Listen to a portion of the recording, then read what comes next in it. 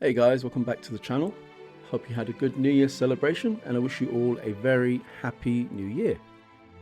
As we're now into 2026, I thought to myself, what are the most exciting features I'm looking forward to this year? And I guarantee you a lot of people are already asking the same question, and it's only the 1st of January. So what is actually worth getting excited about in Star Citizen this year? So this isn't going to be some vague, maybe one day features. It's not going to be stuff that's 10 years out, but real systems that are either already in development or clearly lined up for 2026. So in this video, I'm going to break down my top 5 things I'm looking forward to in Star Citizen in 2026, why they matter, and more importantly, how they actually change the way we play the game. Right, let's get into it. Number 5. Improved org and social tools. I'm starting with this one because it doesn't sound flashy, but it might end up being one of the most impactful changes in the entire game. Right now, Star Citizen social and org tools are, let's be honest, painfully outdated. Managing a party is clunky, sharing missions is awkward, and all gameplay mostly happens outside the game on Discord, spreadsheets, or even third-party tools. CIG has already acknowledged this, and they've talked about a new system internally referred to as their org and social rework, sometimes grouped under broader social tools or mission sharing improvements. The goal here is pretty clear: better party management, shared missions and objectives, group rewards that actually make sense, proper org level gameplay support. And once this is in place, a lot of other systems suddenly start working better. So things like engineering, base building, large-scale hauling, multi-crew combat. This isn't just a quality of life improvement, this is foundational MMO infrastructure. If 2026 delivers a proper org and social layer, Star Citizen stops feeling like a single-player sandbox you occasionally invite friends into, and it starts to feel like a true shared universe. Now, just as you in personal rep with the guilds, you can with your org now as well. So your org leaders pick which one you want to align with, and while representing, org members doing specific action, like contracts with them, will increase the org's alignment with the guild. Number 4, crafting.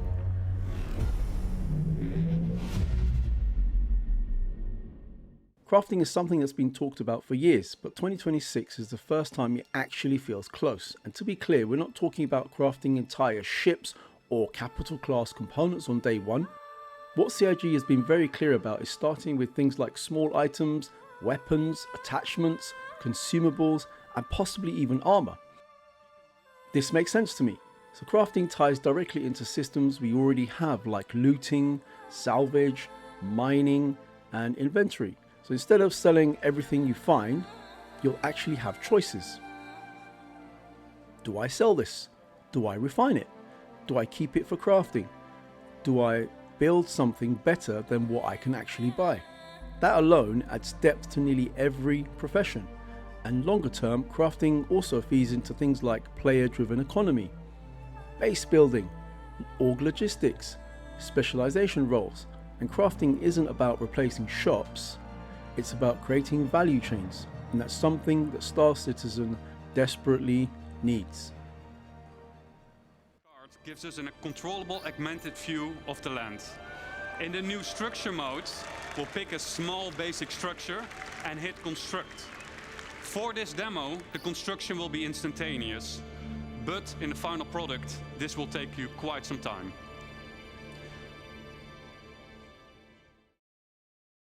Number 3, Genesis Planet Tech. This is where things get really interesting. Genesis is CIG's next generation planet tech, and the first planet expected to use it is Nyx 1, in the Nyx system obviously. So Genesis isn't just about visuals, although yes, it will look amazing. It's about denser biomes, more believable ecosystems, better terrain logic, and locations that feel designed, not stamped. Right now, planets are impressive, but once you've seen a few, you start to recognize the pattern and the reuse of some of the assets. But Genesis aims to break that. Nix 1 is particularly important because it's not just a tech demo planet, it's directly tied to gameplay systems like resource gathering, base building, crafting, and long-term habitation. So if Genesis delivers what CIG is aiming for, planets stop being backdrops and start becoming places you actually live and operate from. And that leads directly into the next point. Exists below sheer cliff faces, and where rocks have broken off over time due to erosion. Of course, these new tools still give us the ability to direct the look and feel we want. The attention to detail from the tallest mountain to the smallest flower is still our core DNA. Number 2, base building. Base building is one of those features that has to be done right, or it collapses under its own weight. The good news is, CIG didn't rush it. They've openly stated that base building depends on Genesis because they need planets that can support persistent structures in a believable way. What we're likely to see in 2026 is basic base building, not full industrial city-sized construction. So think small outposts, resource processing, storage, respawn or shelter functionality, org staging points, and Nix 1 is the perfect testbed for this. Hell, even CIG are hinting it on the loading screen in the current 4.5 patch. Base building fundamentally changes how players interact with the universe. So you're not just passing through systems, you're setting up operations, you're defending territory, you're supplying groups, and you're creating long-term goals. This is where Star Citizen shifts from space sandbox to persistent universe with player impact. Even a limited first implementation would be massive for Star Citizen. Example, inside a nature reserve, construction will be prohibited. Are nearby areas flat enough to place my structures on? Are there any underground extraction deposits nearby? And if so, what are their quality and quantity? Let's say we found a good place to start building our base. Then next up, we need to find a good place for our first structure. On the left-hand side, we can see that we're now in structure creation mode. Underneath that, there is a list of structures that we can build. Once you have chosen a structure, you'll drag it onto the terrain, that will be shown then as a physicalized hologram. Number 1, Squadron 42 release. This is the big one. CIG has been very clear, Squadron 42 is content complete and the focus now is polish, optimization and release preparation, which they've had nearly 2 years to do. If there is a major Squadron 42 moment in 2026, the most likely window is CitizenCon. Now, I want to be careful here, this is not a guarantee. It's based on the current development cycle, the messages from CIG, the marketing, and the lack of a long marketing runway planned. A release or firm launch window for Episode 1 in 2026 is absolutely on the table, as Squadron 42 matters for Star Citizen more than people realise. Why? Because it validates the tech, it brings in new players, it sharpens systems that feed back into the PU, and releases the devs to move back into Star Citizen development. It also proves CIG can actually deliver a finished product. A successful Squadron 42 launch changes the conversation around the entire project. We may be a small crew, but the work we do matters. Welcome to the Stanton. I'm Eugene Morrow. I'm Petty Officer Webster, Chief Mechanic. This will be your new home. We got you flying with Lieutenant Commander Colton. He's one of our best. Sir, Who the hell are you? I'm your new wingman, sir. The name's... You want me to learn your name? You live long enough for me to care.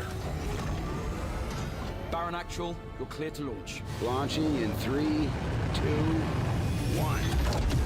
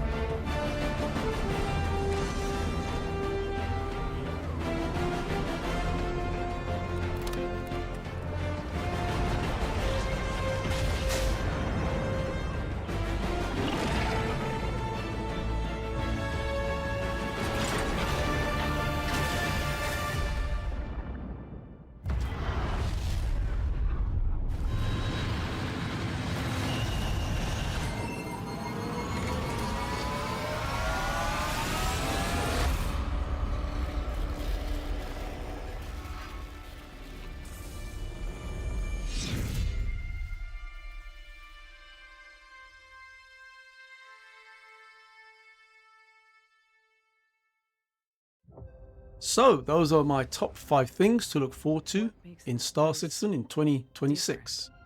Better orgs and social tools, crafting, Genesis planet tech, base building, and potentially a Squadron 42 Episode 1 release. None of these are small features, all of them change how the game is played. Even if half of this lands in a solid state this year, 2026 could be one of the most important years Star Citizen has ever had. Please do let me know in the comments what you're most excited about or what you think I've missed. If this video helped, consider liking and subscribing. It genuinely helps the channel and it tells YouTube you want more Star Citizen content like this. Thanks for watching, fly safe guys, Captain Turk out.